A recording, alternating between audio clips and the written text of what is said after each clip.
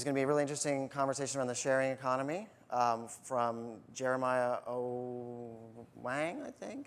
Jeremiah, want to come up? All right. Thank you so much for having me. Appreciate that, Eric. Hey, everybody. I'm Jeremiah Owyang. 3 weeks ago, I left my executive appointment, all the Altimeter Group, and I started a new company. This is the first time I'm presenting as the chief catalyst of crowd. Very excited to be here and share with you today. I'm here to talk about the collaborative economy. You might have heard terms like peer-to-peer or the trust economy, the sharing economy, the maker movement. All of those terms all work. But the difference now that we're seeing is a collaboration between startups, corporations, cities, and people all working together. And that's what we call this collaborative economy. And the goal is for this equation to work for shared value for everybody. In fact, the term consumer doesn't really even fit when people are sharing their homes and their cars or making their own products and even drones that land up here on the stage. The relationship that corporations today have in this room with these empowered people have changed. Some of the words that describe the corporations in this room and that we'll be presenting on stage, they're innovative, you're empowering other people, built to last, and of course, you're profitable. And when you put all of these words together, it actually accurately describes what is known as resilience. And being resilient, you can adapt to change, you can adapt to different markets, and you can stay ahead of the curve. Now, the way to do that is to join the collaborative economy. You can become This is the research that I published at my last company, Altimeter Group. I'm still on the board. And this is a very easy-to-use framework that you can apply today. And this research is available publicly on the Altimeter site. And for companies, they're not sure exactly how do you join the collaborative economy when people are empowered to get what they need from each other. And it's very simple, and yet at the same time, very complex. It requires business model change. So if you have products or services or marketplaces, the opportunity is to actually change that function. And it looks very simple, and I'll walk through each of these models today. If your company sells products, you now must turn them into services. If your company offers services, you simply turn them into marketplaces. And if you have marketplaces, you activate them and empower them to actually build your products. I'll walk through each of these three phases and show you examples of what today's resilient brands are doing to adopt and adapt and to benefit from these new market changes.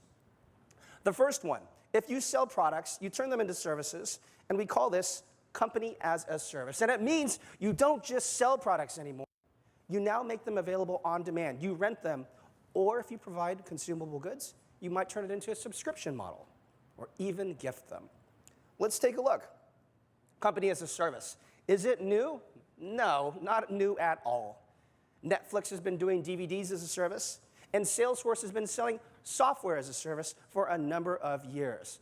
These are not new models, and these models achieve resiliency through efficiency. But we're seeing that innovative, resilient companies today are changing their business models to suit the changing needs of these empowered people. Millennials are less likely to own cars. They want just access to them. BMW, with the Drive Now program, and Toyota, both now rent cars here in San Francisco, in addition to selling the cars. This is a new business model, BMW as a service, and Toyota as a service. The 1 Series and Toyota has a number of cars you can get on demand, including they're making some specific cars designed for selling. One of the chief strategy executives at BMW presented at BMW at a Stanford event, and I love this quote he said, "Rather than sell one car one time, let's sell it 1,000 times. Sell one car 1,000 times." Now, what if you sell consumable products? Well, you can actually turn this into a subscription model. 2 weeks ago, there was a conference here in San Francisco called the Subscription Economy. And you can now get razors and other funny things as a service for the gentleman. For the ladies in our lives, you can also get beauty as a service. Welcome to Beauty Box, where every month 4 to 5 distinct, unique, hand-selected items are delivered to you on a subscription-based model. This is a higher form of loyalty, and this also makes it ensure that you're selling a product quickly and you have that commitment for that year. It's very different than trying to put things on shelves. It's an on-demand model. And lastly, the highest form that we're seeing is companies moving past their entire value set, beyond the product set, and now selling at the whole value chain level. This is Peugeot's MU mobility program, MU. And they offer a membership subscription. And you can now have access to cars, electric cars, carpools, buses, and even scooters and bikes.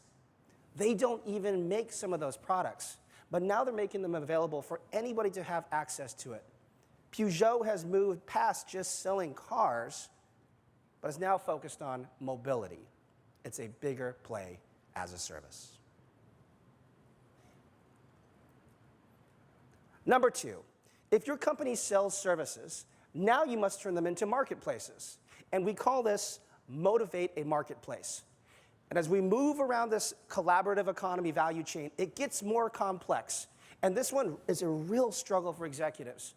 It means you actually have to enable and encourage your customers to resell your products. It actually means you reduce the need for them to actually buy anew and encourage them to resell used goods. That seems crazy, right? Who is Airbnb disrupting? Hotels? Absolutely. Well, right now, and you're probably watching the news, lobbyists, which are likely funded by hotels, are fighting Airbnb. One fine state, a new one just emerged today. They're fighting it at the federal level, state level, local level, municipal level. New York is in an embroiled battle. I say there's a new opportunity. There's a collaborative, shared value business model at hand. And this model doesn't exist yet. No hotel has done this. This is fictional. But I know innovative companies like the Marriott and the W have already moved into this space, that there's a new business model. And it means in the future, I expect that a white label software will emerge that will replicate Airbnb. I actually know of 2 startups working on that right now. One of them is in San Francisco. And it means that eventually Marriott or Hyatt will franchise the crowd. It means that we could have Marriott Home, or Hyatt Local, or the W House. And they will actually encourage people to stay at other people's homes on the MarriottBnB.com website. And you can franchise the crowd. Now, what does the host get? Well, they get access to loyalty members from the Marriott Loyalty Club that you wouldn't have gotten in the first place. They also get access to towels and soaps, concierge services, and cleaning services. What does the guest get? The guest still gets that local experience, plus a level of trust, Marriott certified home. And what does Marriott or Hyatt or any hotel get? Well, they get to sell value-added services into new locations, and they get at least 10% cut from a transaction they never were to get in the first place. In the future, corporations will franchise the crowd. Does it seem like science fiction? Well, we're already seeing a few examples emerge today. I know GM's here today, one of the leaders in the space who partnered with Relay Ride, and using OnStar technology, they can activate and find cars that are actually idle and make them available to be rented amongst peer-to-peer in ownership, activating idle resources beyond the 1% usage of a car. Or Patagonia, who partnered with eBay for the Common Threads initiative, where they encourage people to actually buy products that are used, gently worn, gently loved. It's inspiring to its sustainability mission, rather than just buying anew. And some of the proceeds are shared with nonprofits. So it's purposeful, it's reusing goods and services, and that's tapping into marketplaces where things already exist, and building a deeper brand loyalty that we haven't seen before. So those are a few examples motivate a marketplace. For this last example, it gets more complicated as we move around the collaborative economy value chain. And if you have a marketplace, you can go to the most advanced level and provide your own market a platform to build your products. And this is the highest form of loyalty, when you actually have a shared fate with your customers, because now they're collaborating in every aspect when it comes to your company. This diagram represents a platform that you can give to your customers to collaborate with them to drive new shared value. Now, what does shared value look like? Well, the verb really stems around the co-word. And we know this word because it's in cooperation or collaboration. But now we're going to extend that co-word to every single business unit, every single business function, every single department in your company. For example, the co-word can now apply to co-funding or designing, developing, producing, delivering, storing, or even marketing. The crowd can augment every single department in your company. We're not seeing a company fully do this today yet, but I'll show you a few examples of leading corporations and startups that are doing this today. Let's take a look. Kickstarter, which we're probably all familiar with, the crowd can choose and decide which products should come to market. This watch, the Pebble, was released and launched before the Samsung watch came out. The crowd beat Samsung to the punch on this one. They raised over $10 million. We know that companies themselves are already allowing crowdfunding. U-Haul, which is famed for their do-it-yourself community, allows people to actually fund their trucks, and you can own a part of that truck as you use it. What about designing products? Nike allows people to actually co-design the products, the variation, the style, the color. Very specific ways of personalization at scale. Personalization at scale that's being enabled. And next is Quirky, who's partnered with GE, who's on stage after me. Quirky and GE are figuring out how the crowd can design new products. So the way Quirky works is the crowd can submit ideas for new products. The team at Quirky.com, which is composed of product engineers and developers and marketers, decides which products can be actually built, and they take them and they get them onto shelves. So it's a new form of the co-development of products. And then Etsy, a local community of artisans. We've seen two resilient brands partner with Etsy so far, Nordstrom's and West Elm, where people are working together to create local artisan crafts and putting them onto shelves in those locations. And lastly, thanks to Tim sharing on stage, the rise of the maker movement. I was in Shapeway's factory in New York last week, where they produce things in metal and bronze and steel and gold and plastic and even in wood can be created. People are starting to become their own production facilities. This has massive implications to global trade if things are going to be made at a local level. Logistics as we know it in warehousing starts to change. So what happens when the crowd becomes your warehouse? Meet Lockatron. Lockatron is a crowd-funded electronic lock that goes onto the door of your car or your house or at your desk, and you can open it using a mobile app. This means that if there's any brands here that make consumable, durable, or retailers, you can forward deploy, quoting Andy Rubin from Uredale.com, forward deploy products into neighborhoods, and the crowd becomes your warehouse. The crowd becomes your logistics. Well, how do those products get there?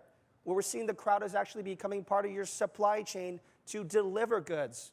Right now, there's a shipping war in San Francisco. eBay, Walmart, Google, Postmates, Instacart, Deliv.co can all deliver goods from retailers within 1 hour to your house. I used Google Shopping Express yesterday, got a bottle of bleach. So we're seeing these things happen at no cost. There's a shipping war at hand. Now, people ask, how is this different than Webvan 10 years ago? It's very different. These companies hold no inventory. It's all at local level. In fact, when you look carefully, the reason why Google invested in Uber and also Google also invests in Google Shopping Express is because Uber is the next Amazon. That's right. Uber will deliver local goods cheaper and faster than Amazon will from their fulfillment center. Uber and Google, Uber put $260 million into Uber. These two are partnered, Google and Uber. That is the next Amazon at local level. So to close off this example, what about companies that don't offer physical goods? Barclays Card did something very innovative, putting together many of these models where they allowed for crowdsourcing, crowdfunding, and the crowd can determine where the profits go for this new card called the Barclays Card Ring. This innovative community fostered loyalty within their community and actually brought them all together.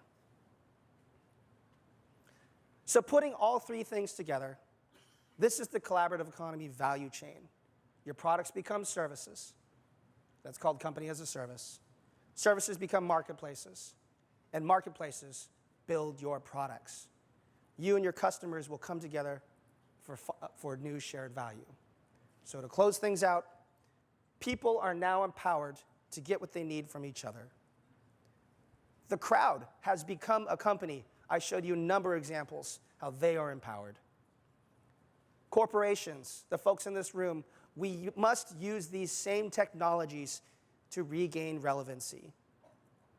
It's not easy. It requires business model change. But if you do that, the reward is great. You become a resilient brand. Thank you so much for having me. I started a new company to help corporations on this. I'll be here during the break. Welcome to the collaborative economy.